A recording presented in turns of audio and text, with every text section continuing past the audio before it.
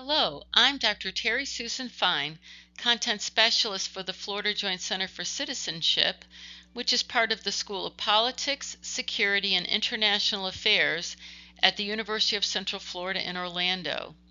Welcome to our Middle School Civics Highlight Series. Today we look at benchmark CG.3.4, in which we will explain the relationship between state and national governments as written in Article 4 of the U.S. Constitution and the 10th Amendment.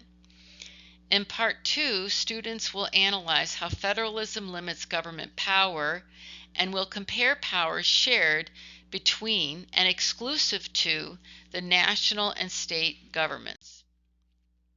We will be focusing on benchmark clarifications 2 and 3, where students will analyze how federalism limits government power and will compare concurrent powers, enumerated powers, reserved powers, and delegated powers as they relate to state and national governments. So how does federalism both enhance and limit power between and among the states and the national government? First, we'll focus on the system of federalism under the U.S. Constitution. Federalism is a system of government where power is shared between the national government and the states. Federalism presents the interaction between the national and state governments and between the state governments. This means that when we're looking at federalism, we're looking at two very different lenses. One might be a vertical lens, where we look at the national government on top, the state governments in the middle, and the local governments under the state government. Or we could look at these in a horizontal way, looking at each state having its own power and how those powers impact how the states interact with one another. Now we're going to focus our attention on limiting and sharing powers of government.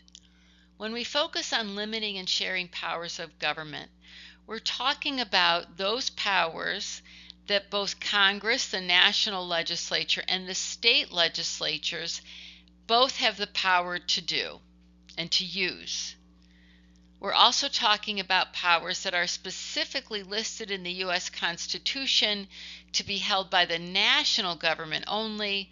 And then we're also talking about powers that only the states possess. So first we're going to be focusing on concurrent powers. These are powers that are shared by the national and the state governments.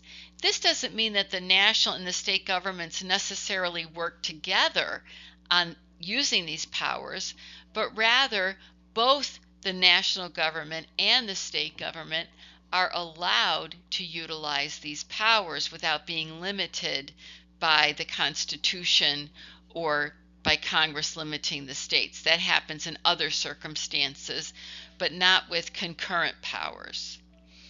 Examples of shared or concurrent powers include the power to levy taxes, to tax the people. So what this means is that even though there's a national income tax, that the states are not forbidden from imposing an income tax. And in fact, many states have income taxes, but not all states have an income tax. But every U.S. citizen and every U.S. resident is required to pay federal income tax. So where a person lives within the United States is not affected by federal income taxes, but certainly where a person lives in the United States is affected by state income taxes. The state governments, along with the national government, also has the ability to borrow money.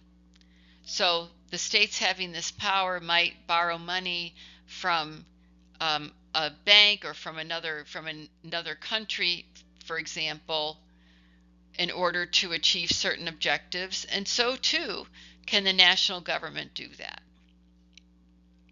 Next, for these next two powers, we're going to be focusing on powers that are held either by the national government only or by the state governments only. So let's look at the enumerated or delegated powers. Enumerated, also called delegated powers, are powers that are specifically listed in the U.S. Constitution for the national government only. Sometimes I look at the word enumerated and I see that the three letters NUM are included in enumerated. So sometimes I look at the list of powers that Congress has and that only Congress has as a listing or a numbered list of powers that Congress has, specifically when it comes to Article 1, Section 8. Now, the power to collect taxes is included as the first power in Article 1, Section 8. That's a concurrent power, as we just discussed. So not all powers in Article 1, Section 8 are delegated powers, but most of them are. So let's look at those powers that are granted to the national government alone. One is the power to raise and support an army and navy and to declare war. So we can have a good understanding about why these specific powers would be held by the national government alone, because we know that any attack on the United States and any need to protect the United States is a national need. And so there's no distinction made among states as to whether or not an army and a navy raised by the United States belongs in one state or another, unless there is a national need or a national issue, such, for example, as sending out the National Guard during a time of a natural disaster. Congress also has the sole power to declare war. And because Congress has the sole power to declare war, this means that states cannot declare war on any other state, and states cannot declare war on any other country, and states cannot declare war on the national government. So it is the sole power of the national government to raise and support an army and a navy and to declare war. We also know that the power to coin money is held only by the national government, such that there is no state-level currency. United States currency is used across the United States, regardless of the state that a person is in. And then finally, we get to reserved powers. Reserved powers are those powers that are given to the states by the 10th Amendment to the U.S. Constitution. So these are powers that are specifically held at the state level, not at the national level.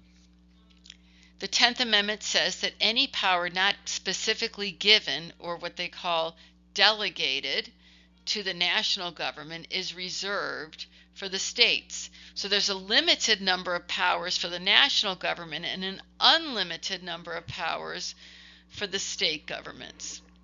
So examples of powers that belong to the states include the power to manage elections and the power to set up and run schools.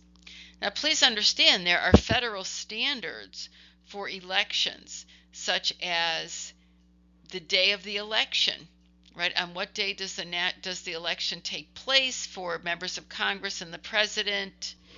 Are there requirements, for example, as to how long a person has to reside in an area to be eligible to register to vote?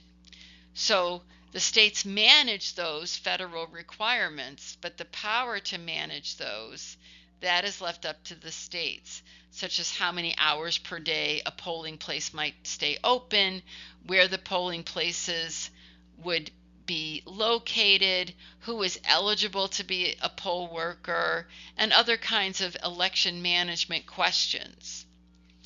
The states also have the power to set up and run schools.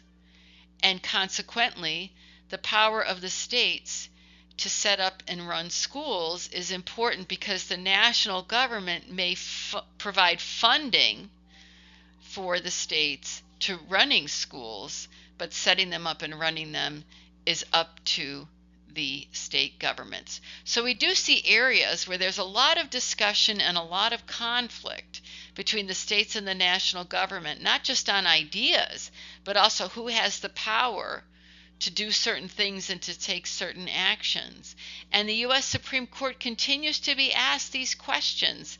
Was this federal action really something that belonged to the states? Was this state action something the states should not have taken? So these kinds of actions happen on a pretty regular basis, keeping the U.S. Supreme Court busy interpreting the concurrent, enumerated, and reserved powers as noted in the U.S. Constitution and its amendments.